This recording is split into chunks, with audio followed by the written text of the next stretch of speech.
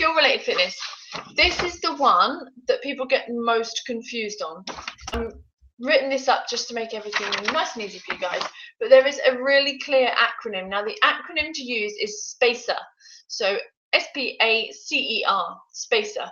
And this will help you remember, because there is a few more of these. Well, we've got 6 of them. So there's one more than the health related, and you've got a list for the health related. It's really good to have something that will just distinguish it. So think skill related is SPACER.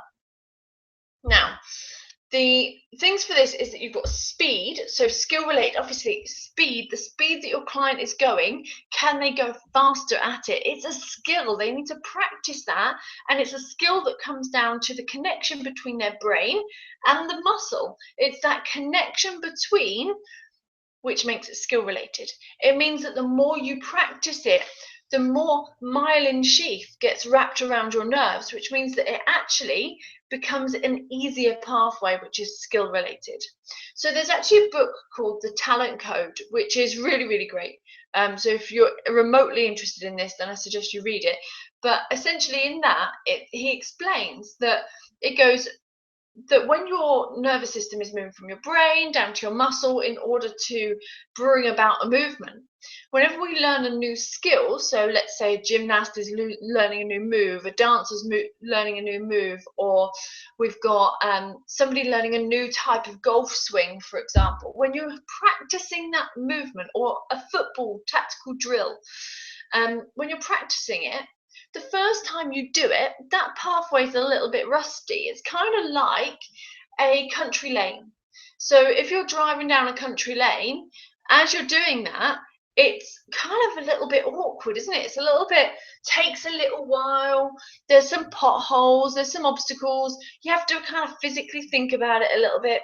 But the more you go down that pathway, the more you use that pathway, the more you practice that new movement, the more that pathway, that little tiny country lane, gets wider and it gets more streamlined. Now, what's actually happening in your nerves is that your myelin sheath, you lay down more all the way around the nervous system, all the way down that motor neuron, which means that you're actually able to, it insulates it more, which means that you get less interference. You're much more able to make that happen. Now, it becomes more automated over time, basically. So you learn skill from it being cognitive, associative, and then it becomes autonomic, so that you know it in your body. And that's like having a motorway connection. That's why when you learn to drive a car the first time round, you had to really think about it the first time, and like your tongue's all sticking out whilst you're trying to do it, and kind of like, I can't make it work.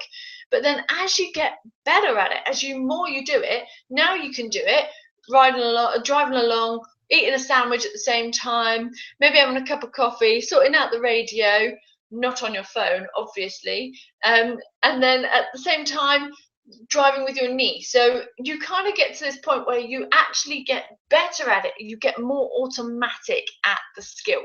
So that's skill related fitness. Part of that is speed.